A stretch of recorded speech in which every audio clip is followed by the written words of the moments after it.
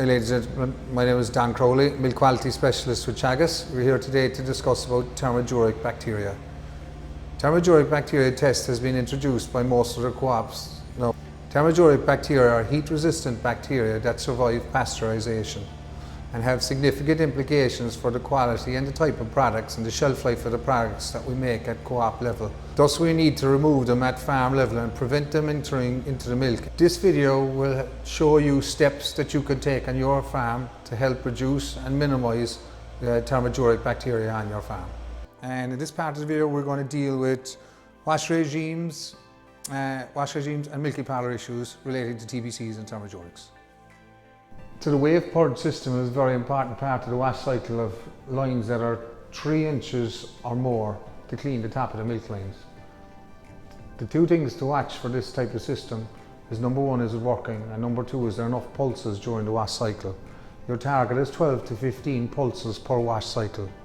And what it does is it releases that bath of water down the milk line, down along here, and then hits the receiving jar, washing that jar.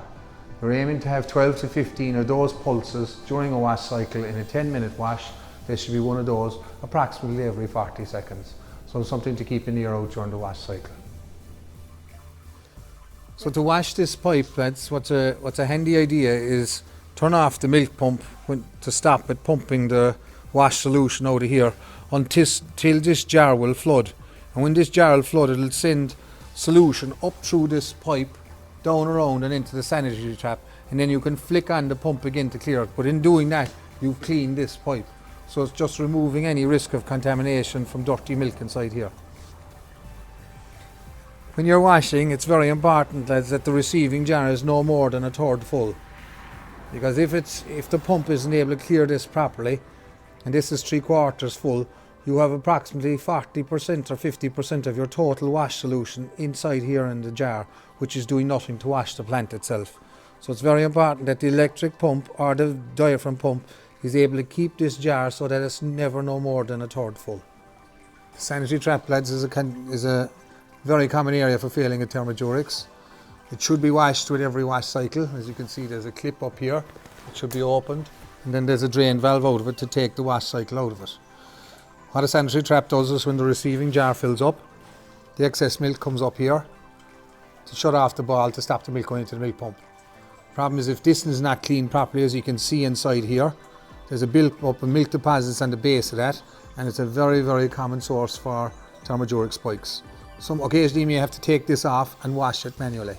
But it's something that needs to be washed every morning and every evening on a wash cycle.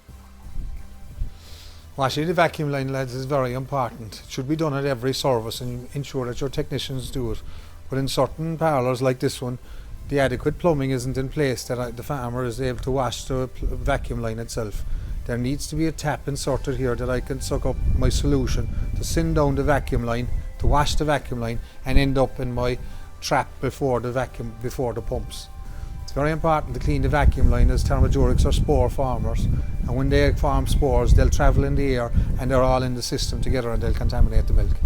There are a number of valves that you need to shut to ensure that you do it properly, and you need to know the proper volume to put through the plant so you don't damage any of the pumps inside.